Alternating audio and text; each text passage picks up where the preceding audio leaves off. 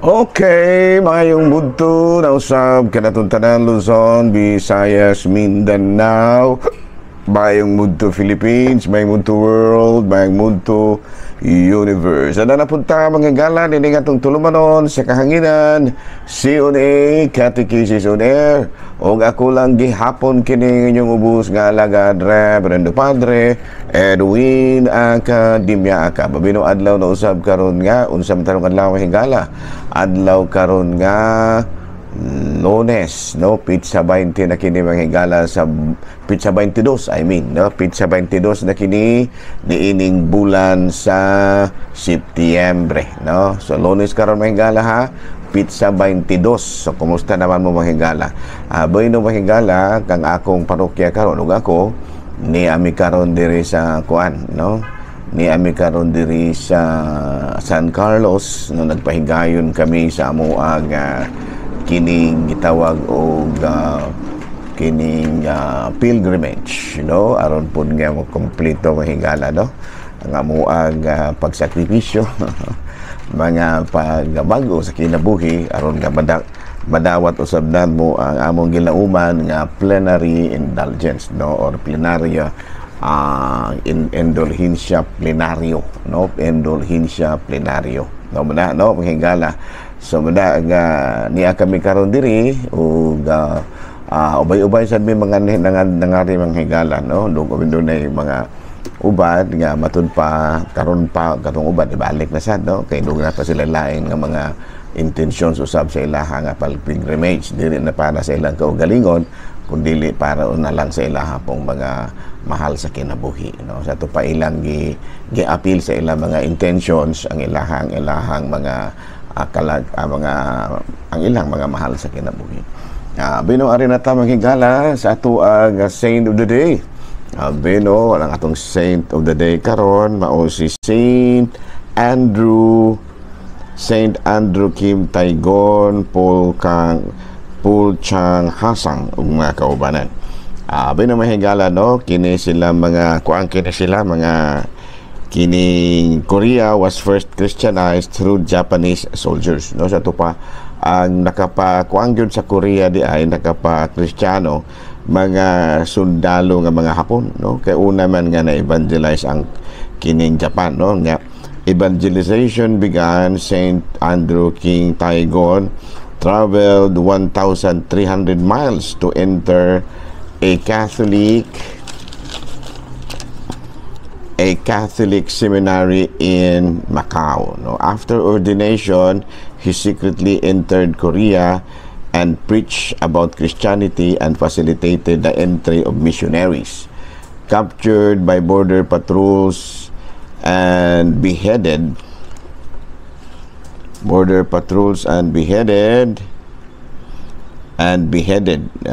So nanangadakpan in town kinde sila mahigala, no, kining ang nahitabo din nila ni sila si Saint Andrew Kim Taigon Paul Chang Hasang ug mga kaubanan mga kuan kini sila mga Koreano o Koreana nga nahimong mga Kristiyanos ug matud pa dito sila mahimong Kristiyano sa Japan, so sa Catholic seminary dito.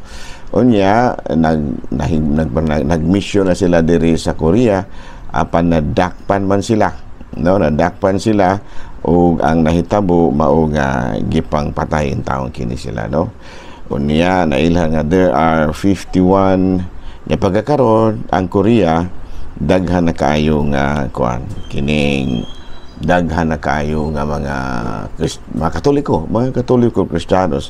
Unya Pope John Paul II, no, iyaha nga canonized, no, canonized 98 kini ka Koreans ug 3 ka mga French missionaries martyred between 1859 to 1867, no. So na, no, mukha na sila mga misyonero sa kining mga Korean converts nga matud pa nahimo sila nga mga santo. Kuan sila, no, okay.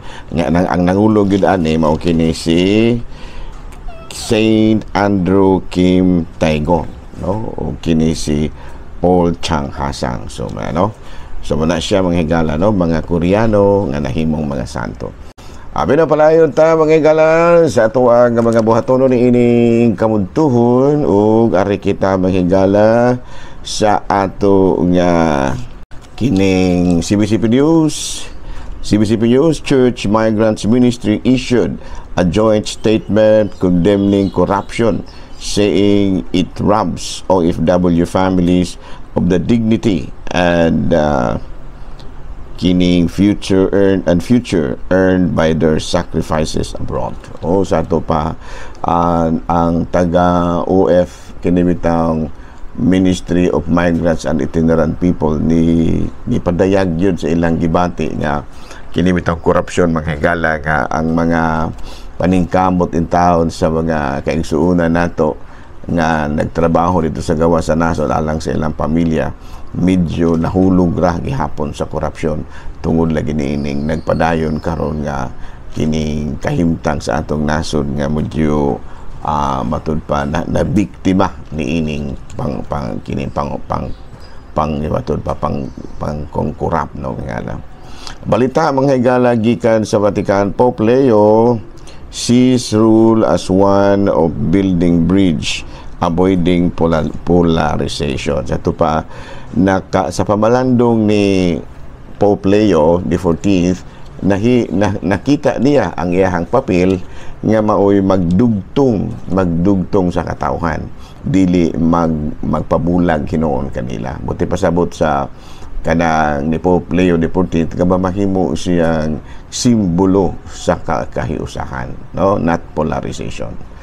Mao kadto mga higala mga balitang simbahanon ni ining kamuntuhon ug padayon kita sa atoang mga pagpangalagad. Bueno, gamayng istorya gamayng istorya mga higala, no. Kabahin kini sa kinibitaw kinibitaw isip ba kana bitaw mag-project bitaw ka mga higala sa parokya, no. Ako nagpag-abot na ako sa ang galagmitan jud ako mga assignments mga higala. Ang buhaton nako kanang i-improve ang mga sa ato pa na ipa-improve po nato bitaw ang mga logistics sa parokya, no, kana bang mga gamit ingon ni ana nga kanang kumbinto, mga kapilya ingon ni ana. Usa sa akong mga assignments mga higala di na ako isulti ang lugar kining bukid-bukid, no, bukid-bukid ba nga parte unya nakita nako nga kon ang income ra gyud sa mga tawo mao ako ang kanang saligan o nilahang mga sa parokya mismo ang parokya ang kuan ra gyud may akong saligan dili gyud ta makapatukod og maarang-arang nga simbahan o kining dili pod nato ma-improve gyud, no, dili gyud nato ma-improve ang mga amenities sa parokya. So ang nahitabo bang higala, no, nag-concert me akong gi-organize ang mga tao, dili mga singer, mga kuan gyud kanang ordinaryo kay nako mga parokyano nga dili pod mga anad og kanta ngani ana, no. So kay sa seminaryo kuan pa mo sa una mga higala gitarista man ko seminaryo, nga gitarista po ko sa among choir sa Manhuyod Men's Choir sa una ug sa pag-abot po seminaryo sa kining philosophy sa St. Joseph gitarista man sad ko, so daghan kog matud pa experience kabahin sa pang-choir. So buto nga tukod-tukod po din taon kog choir mga higala, no, tukod-tukod og choir ana, no. Unya nagkulo ko dili gilaliwan ka mga higala nga usahay ba kanang mag-concert me dili makakuyog usahay, no, dili makakuyog usahay ang kining singalan aning mga miyembro sa choir kay walay kabinlan sa mga bata, no, walay kabinlan ba sa ilang mga anak. So ang desisyon mga higala nga pakuyugo na lang kung hasta ang mga bata. Kami nangaabot kaming sikihor, naabot mi og almost siguro mga 60% sa mga parokya sa Diocese of Dumaguete amo nang nakonsertan. Unya nga dili man lagi mga higala usahay pamilya nga dili makakuyo kay ang akong style mga higala dili lang kay bana ra mo ako ang himong membro sa grupo, dili apil pod ang mga asawa kay mo man kalagmitan mga higala nga maproblema ta wanang bana og asawa gyud mao'y membro sa grupo aron ka walay ingod ba nga matud pa usahay dili mo sugot ang bana, dili mo sugot ang asawa, dili pa to apilon ang bana kay dili mo sugot ang asawa. So ang maayo pamilya gyud bana ang asawa.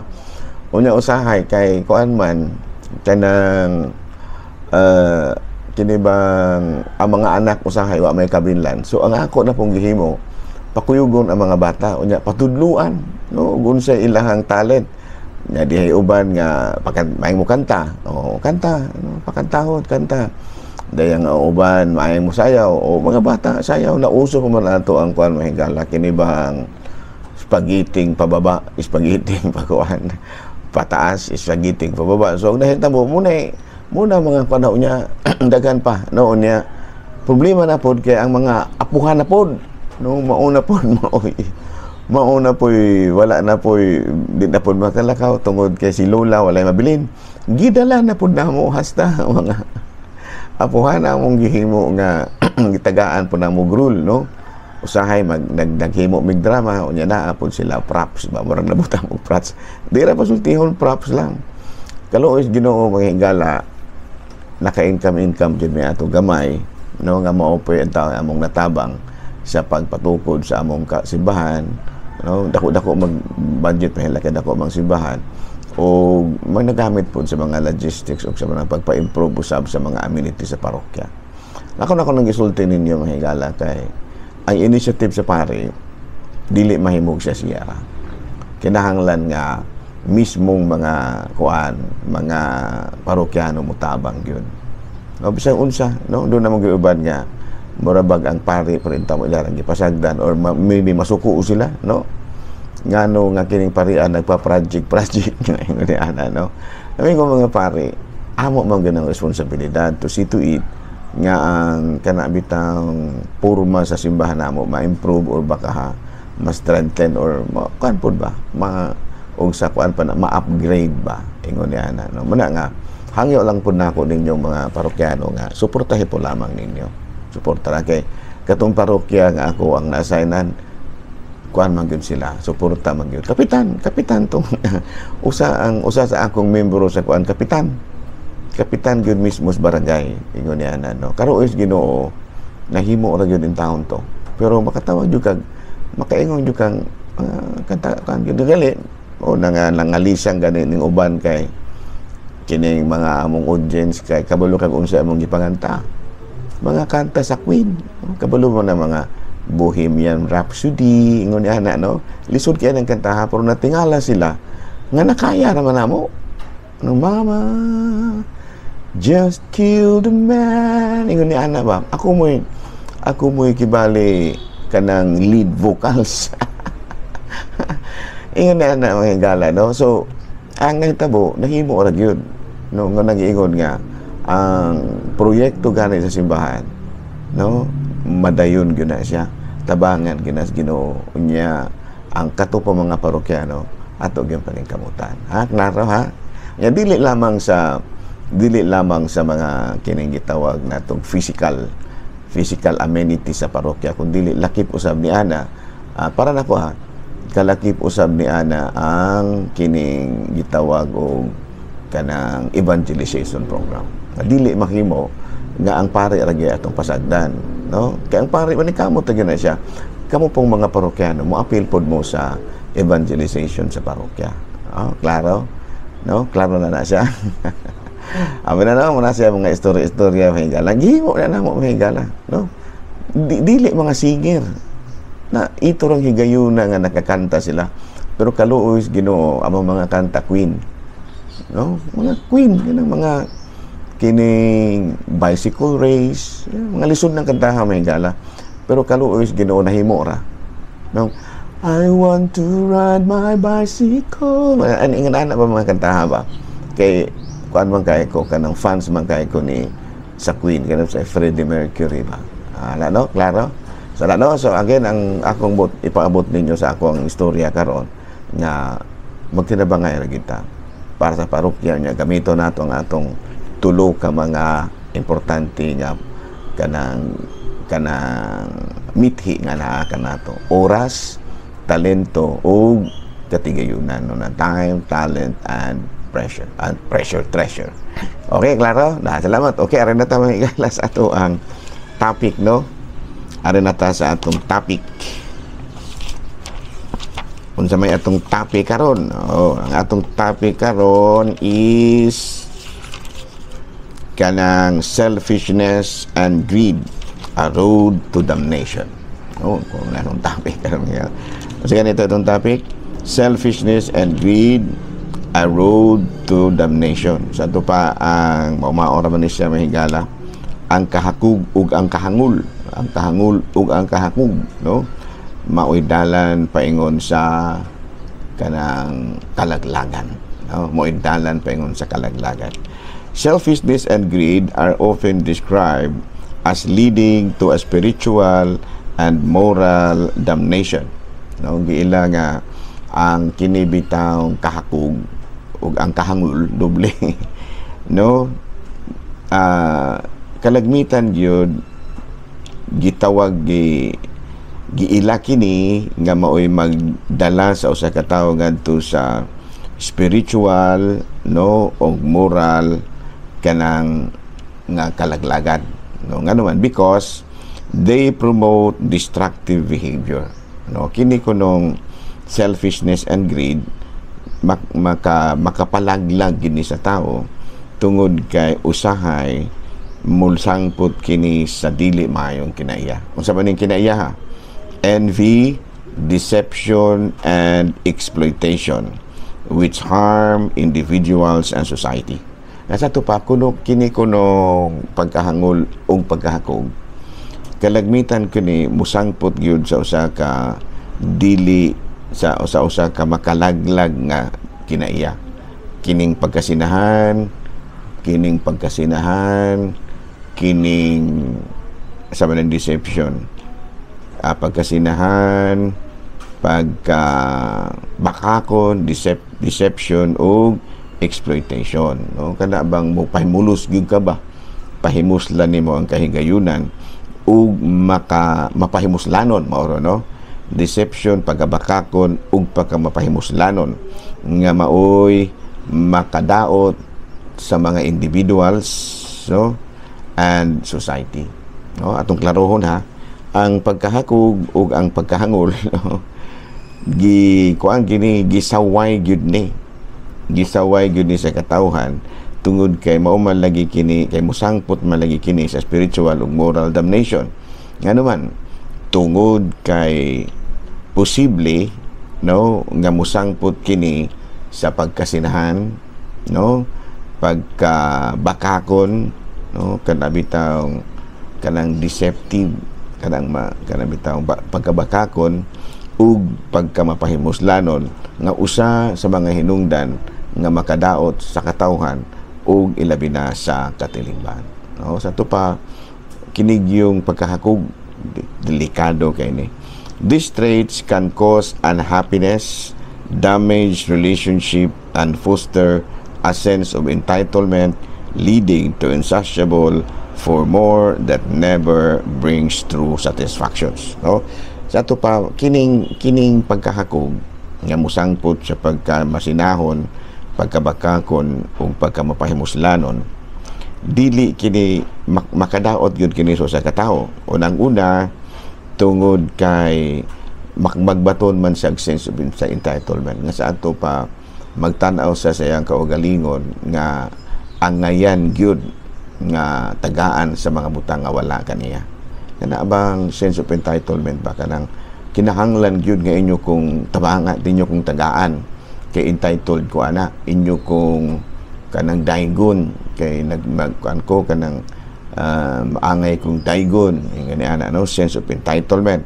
Unya mulid na siya into kana bitawng kinaiya nga wala na gyud hinuon kay katagbawan, no, wala na kay katagbawan ug nga wala na kay katagbawan, no, nga sa ato pa ang kahangul ug ang pagka mo resulta gyud nga wala na kay katagbawan, no, kay nga naman naa naman kay sense of entitlement, no, kay nga naman kana bitaw example anang walay katagbawan mga higala, kana bitaw naa na kay motor unya ganahan na pug kag naa kay multicab, yung naa na kay multicab naa na pug kay kining naa na kay kining auto ana, no, unya naa na kay auto ganahan na pug kang naa kay unsa man naa kay dili kato ng mga mahalon o kanang mga luxury cars na dayon paghuman naa ka ng mga luxury cars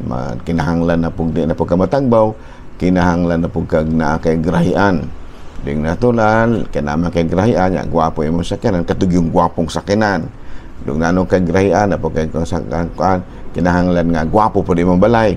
So in other words, ang greed and kanang selfishness mo lead into unsa man insecurity. Muna, no? So muna siya nga prerequisite mo contribute to greed, its persistent pursuit of wealth over spiritual values. Unya kana ra bagong wala na kay katagbawan, usahay mo lead gyud ni siya nga wala na kay imo nang isalikway ang mga spiritual values sa pagkamatinabangon, pagkamapaubsanon, pagka kanabitang juice nun ingon niya, no. Unya matud pa mosangpot gina siya nga dili na balansi ang imong kinabuhi, kay usa naman lamang imong gitanaw pao na lamang nga gusto kang magdato, ug wala ka magtanaw og kaluwasan ug uban pa, ha.